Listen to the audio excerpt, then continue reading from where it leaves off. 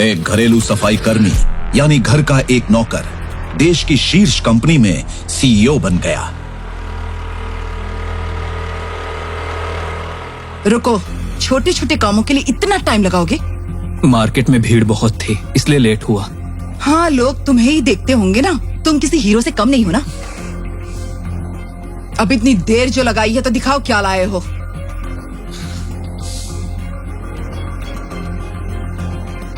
तुम्हें तो घर के कामों की बिल्कुल समझ नहीं है। क्या कहा था और क्या उठा कर लेकर आए हो? लौकी और तरोई भी लाया हूँ। लौकी और तरोई जैसी सब्जियां तुम ही खाओ। अनिका ने अपने पिता के कहने पर नक्श से शादी की, जो बात चित्रा को बिल्कुल पसंद नहीं थी। जब भी मौका मिलता चित्रा अपने दामाद नक्श को जलील करती। वहाँ दूसरी ओर अनिका के मन में भी नक्श के लिए कोई भावना नहीं थी। चित्रा चाहती है कि उसकी बेटी नक्श को तलाक दे दे और उसके लिए वो एक प्लान बनाती है।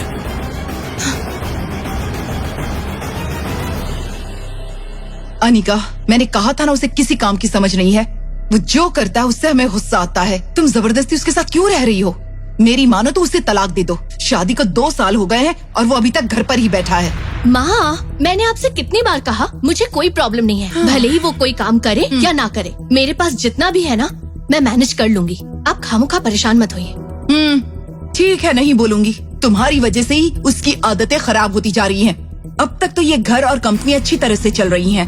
जो चाहे कर लो, पर वो तुम्हारा घर नहीं संभाल पाएगा।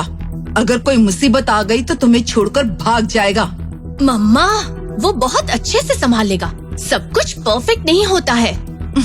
आप भी ना। और ये कहकर अनिका वहाँ से नाराज होकर चली जाती है। पोछा लग जाए तो कॉफी बना देना। नक्श सिर हिलाकर कहता है हाँ। इतनी बेइज्जती के बाद भी नक्श चुपचाप अपना काम करता रहता है। नक्श, हाँ। मम्मी को कॉफी देने के बाद जरा ऊपर आना।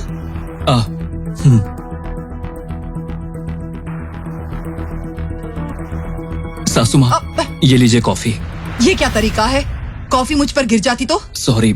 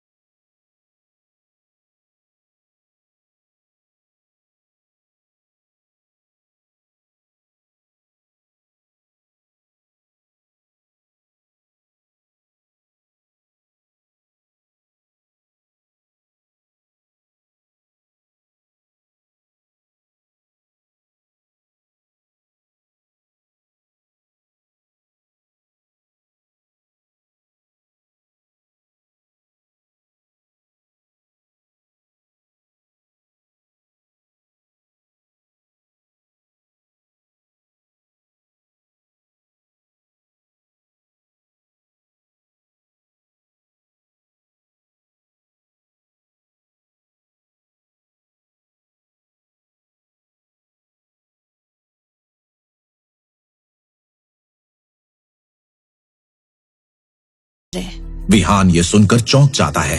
उसे लगा नक्श से बात करना फिजूल है। वो बस मुस्कुराता है। जिसका पति इतना बड़ा लूजर है उसे पटाना तो मेरे बाएं हाथ का खेल है। विहान कुछ सोचते हुए कहता है, मेरी कंपनी में एक पोस्ट खाली है, ज्वाइन करना चाहोगे?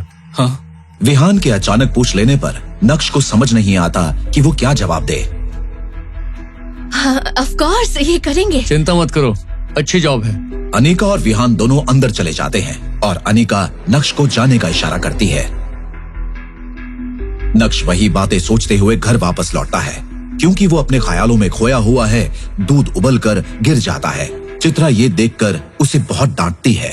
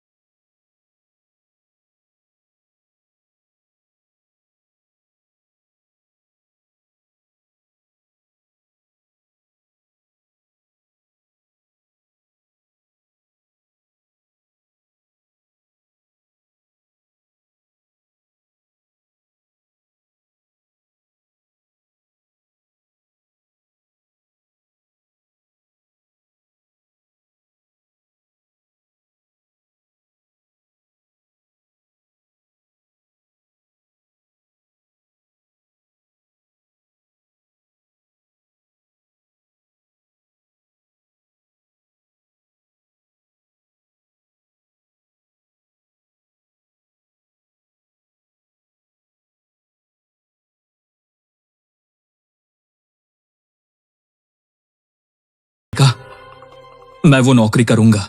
ये सुनकर अनिका नक्श के पास आकर उसे गले लगाती है।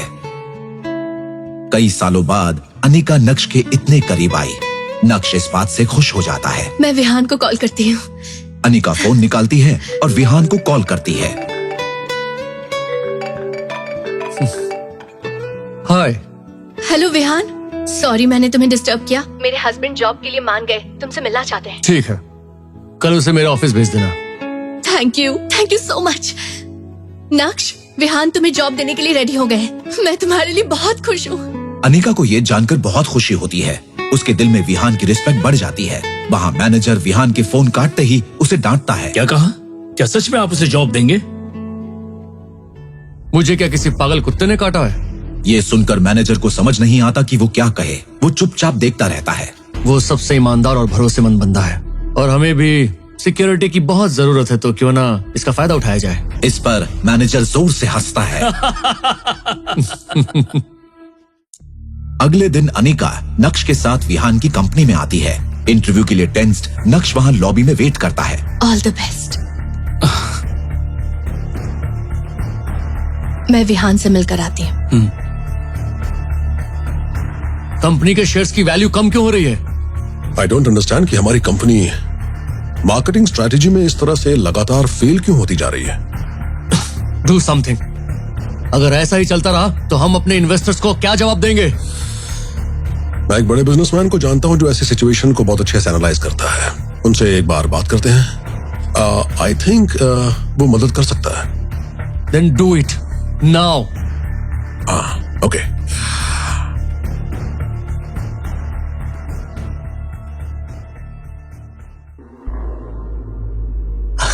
हाय। क्या हुआ अनिका? तुम बहुत टेंशन में लग रही हो। हाँ, टेंशन तो है। मेरे हस्बैंड को तुम्हारी कंपनी में जॉब मिलेगी या नहीं, इस बात का टेंशन है। ओह, मान गए तुम्हारे हस्बैंड? उसके पास कोई और ऑप्शन थोड़ी ना है। तो क्या तुम खुश होगी अगर उसे इस कंपनी में नौकरी मिल जाए?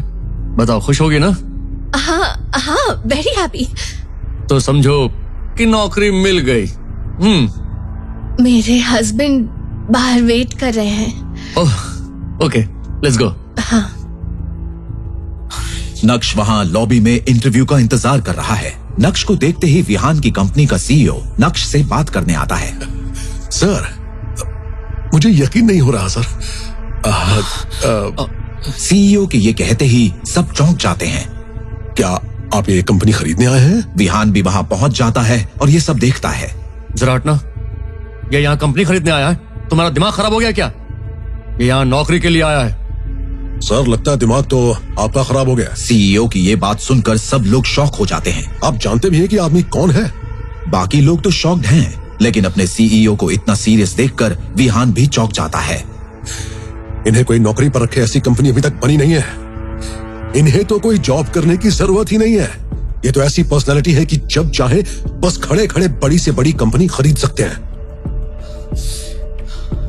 ए, तुम्हें पता भी है तुम क्या बोल रहे हो?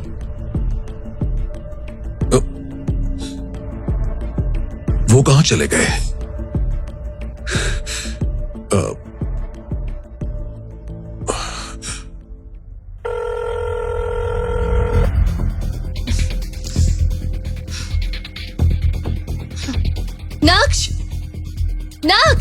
नक्श कहाँ हो तुम? क्या हुआ? अब उसने क्या कर दिया? क्या नक्श घर आया माँ? शायद आ गया है। अनिका, ये तुम्हारा फेवरेट फ्रूट सैलेड। तुम बिना इंटरव्यू दिए वहाँ से चले क्यों आए? अनिका, दरअसल वो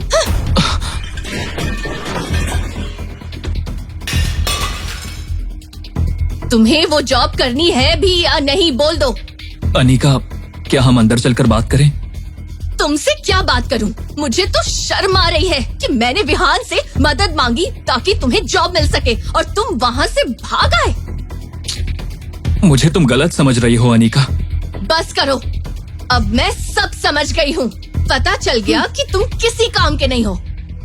इतने वक्त से मेरी माँ मुझसे कहती रही, लेकिन मैं उनकी बातों को टालती रही, तुम पर भरोसा करती रही, लेकिन आज वो भी खत्म हो गया। सच्चा वेस्ट।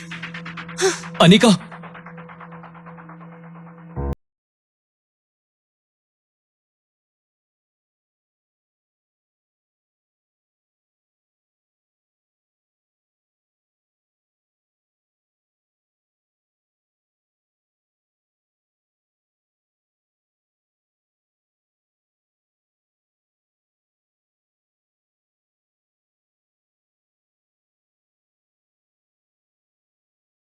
नहीं हो रहा।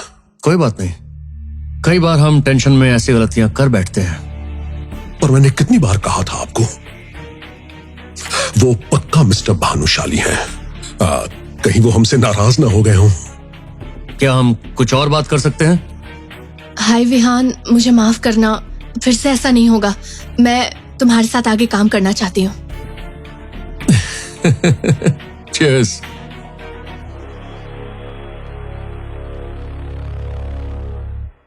क्या बात है बेटा, ये अचानक तुम्हें क्या हो गया है? कुछ नहीं, बस खाना बनाने का मन कर रहा है। मेरी बात मानो और उसे तलाक दे दो, फिर देखो ये सारी टेंशन ही खत्म हो जाएगी तुम्हारी। मम्मा प्लीज, मुझे थोड़ी देर के लिए शांति से खाना बनाने दे सकती हो? अनिका दुखी होती है।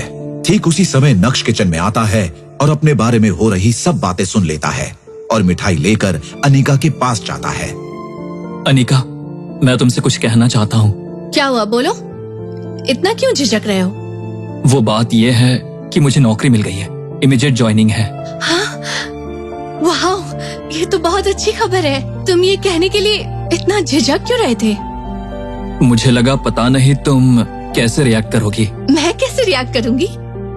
मैं तो यही कहती कि तुम घर पर बोर होने वाले हो, और क्या कहती मैं, लेकिन तुम तो मेरे बोलने से पहले ही समझ गए। वैसे क्या जॉब मिला? अनिका नक्श से पूछती है। वो कुछ बोलने ही वाली होती है कि चित्रा बीच में उसे टोक देती है। हाँ, इसे कोई कलेक्टर तो बनाने से रहा, कहीं ऑफिस बॉय या सिक्योरिटी गार्ड की नौकरी मिल गई होगी इसे। नक्श को इस बात से बुरा लगता है और उसे गुस्सा भी आता है, पर वो चुप ही रहता है क्योंकि अब उसे इन बातों की आदत हो चुकी है। हाँ, तुम कभी नहीं बदलोगी माँ। जब देखो आग लगाने वाली बातें करती रहती हो। कोई भी काम छोटा या बड़ा नहीं होता, समझ गई? मेरे ऑफिस जाने का वक्त हो गया है। नक्श, तुम ज्यादा मत सोचो, ठीक है? Congratulations. Thank you Anika. Anika ये बात सुनकर खुश होती है और वहाँ से चली जाती है। ये देश की टॉप डिजिटल एंटरटेनमेंट कंपनी है। भानुशाली मीडिया में एक नया सीईओ अपॉइंट हुआ है। हर कोई टेंशन में दिख रहा है। एक सीईओ बनना, इतना ऊपर उठना हर किसी का सपना होता है। तभी हेडक्वार्टर में एक लग्जरी कार आकर रुकती है। सब लोगों को लगता है कि वही नया सीईओ आया है, लेकिन उस कार से एक खूबसूरत लड़की उतरती है। सबको लगता है कि वही सीईओ है। सब लोग उसे बुके देने जाते हैं, लेकिन वो बुके लेने से मना कर देती है। Welcome madam, welcome madam, welcome madam, welcome madam. अरे सॉरी, मैं वो नहीं हूँ जो आप लोग सोच रहे हैं। मैं तो नए सीईओ की पर्सनल असिस्टेंट हूँ। मेरा नाम नंदिता है। इतना कहकर वो ऑफिस के अंदर चली जाती है। सब यही सोचते हैं जिसका पीए ऐसी कार में आया हो, वो सीईओ किस कार में आएगा। हर कोई टेंशन में है। तभी सामने से एक आदमी स्कूटर पर आता है। सीधे साधे कपड़े पहने हुए, बिना किसी दिखावे के। वो कुछ 30 साल का लड़का है। वो ऑफिस के अंदर जाने की कोशिश करता है। तभी रिसेप्शनिस्ट शिल्पा उसे रोक देती है। हेलो मिस्टर, हाँ? कहाँ जाना है? हाय, मेरा नाम नक्श है। प्लीज आप सामने से हट जाइए, मुझे अंदर जाना है। देखो, तुम जैसे लोगों की यहाँ नो एंट्री है। ये बताओ तुम यहाँ क्यों आए हो? वो थोड़ा रूड होकर बात करती है। मैडम प्लीज जाने दीजिए, मेरी यहाँ नौकरी लगी है। आज काम का पहला दिन है। प्लीज मुझे जाने दीजिए, लेट हो जाऊंगा। नक्श उसे रिक्वेस्ट करता है। ओह, ऐसा क्या? तो तुम्हारी यहाँ सिक्योरिटी गार्ड की नौकरी लगी है क्या? लेकिन वो तो ऑफिस के बाहर ड्यूटी करते हैं। जब बुलाया जाए तब अंदर आ जाना। तुम अभी अंदर नहीं जा सकते क्योंकि हम सभी नए सीईओ का इंतजार कर रहे हैं। शिल्पा उसे बिल्कुल तवज्जो नहीं देती। हेलो मैडम, मैं ही हूँ इस कंपनी का नया सीईओ। रास्ता छोड़िए, अब मुझे जाना है। रियली? तुम हमारे नए सीईओ हो? बस बहुत हुआ। वो इस देश के सबसे अमीर आदमी हैं। और जरा खुद को तो देखो। शिल्पा उसे बहुत बेइज्जत करती है। तुम सीईओ का मतलब भी जानते हो क्या? नक्श को समझ में नहीं आता कि वो क्या करे। ठीक तभी नंदिता वहाँ आ जाती है नक्श को रिसीव करने। Welcome sir. Thank you. पर आप यहाँ कब आए? नंदिता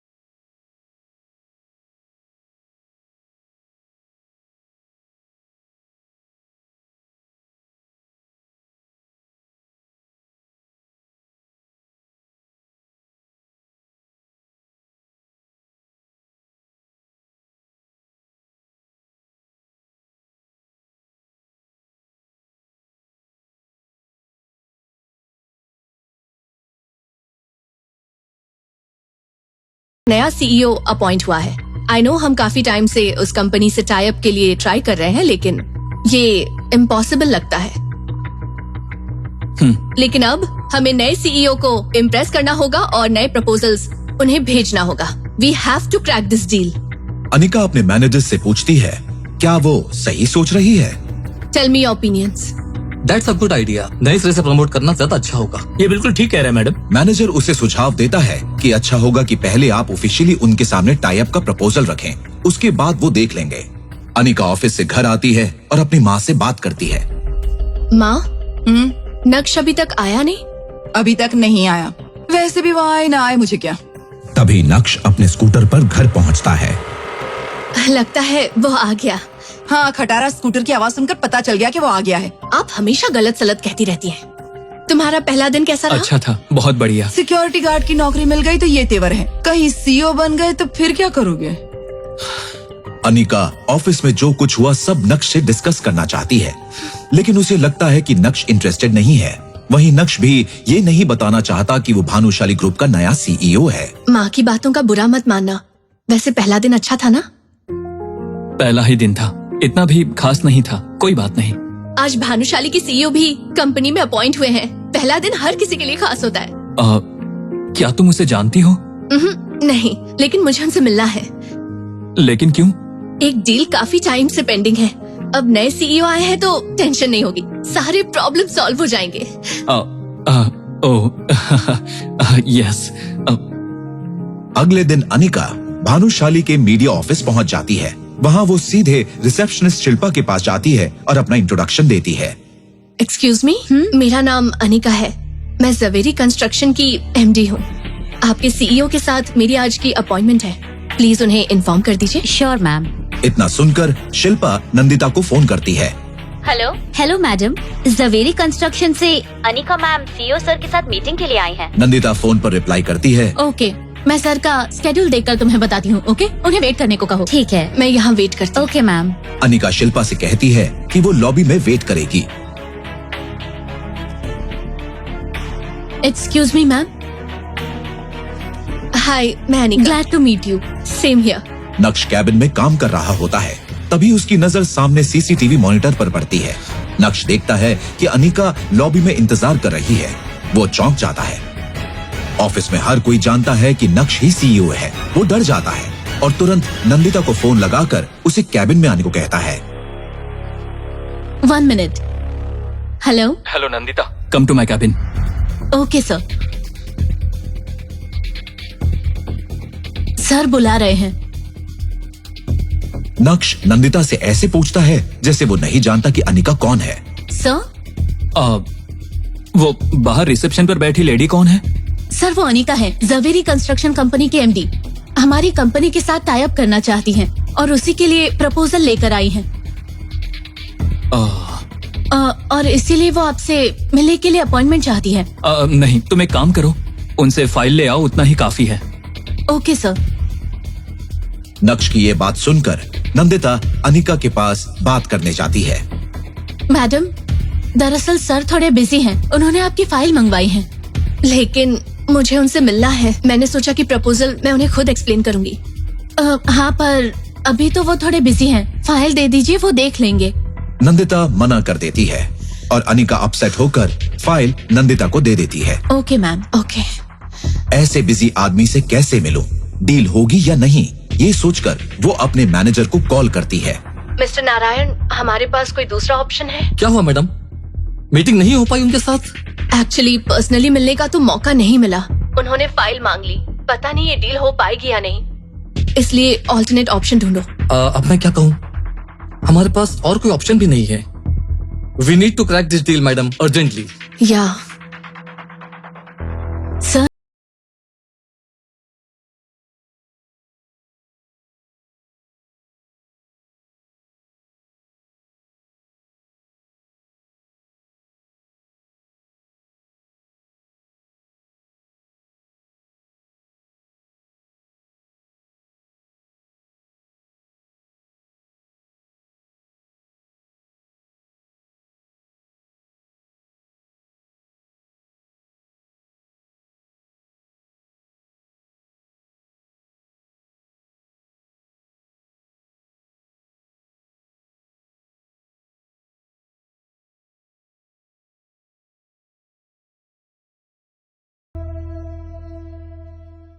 नंदिता जाकर फाइल अनिका को लौटा देती है और फाइल खोलते ही अनिका का चेहरा दिए की तरह चमक उठता है। इस फाइल पर तो साइन है, इसका मतलब हमारी डील पक्की हो गई है ना?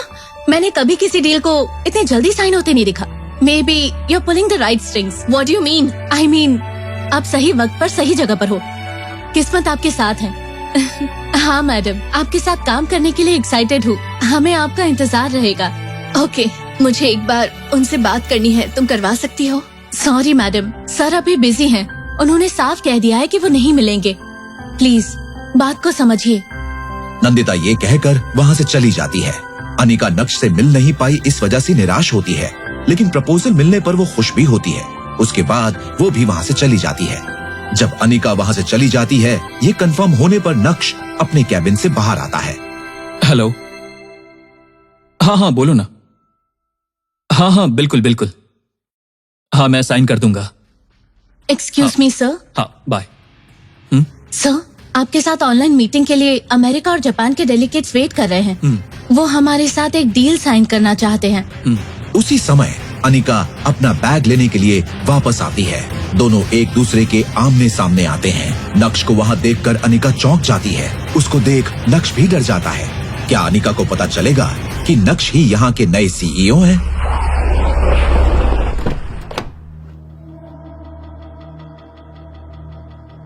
कहाँ मर गए थे? सॉरी, क्या काम है आपको? किससे मिलना है? भानुशाली सर हैं क्या? भानुशाली? लगता है आप गलत पते पर आए हैं। बिल्कुल सही पते पर आया हूँ। मैं विहान ग्लोबल एंटरप्राइज कंपनी का सीईओ हूँ। दरअसल मुझे कुछ पता चला है। आपके पति का नाम महेंद्र है क्या? और आपका नाम चित्रा है? और आपकी बेटी का नाम अनिका है ना? हाँ, लेकिन ये भानुशाली कौन है?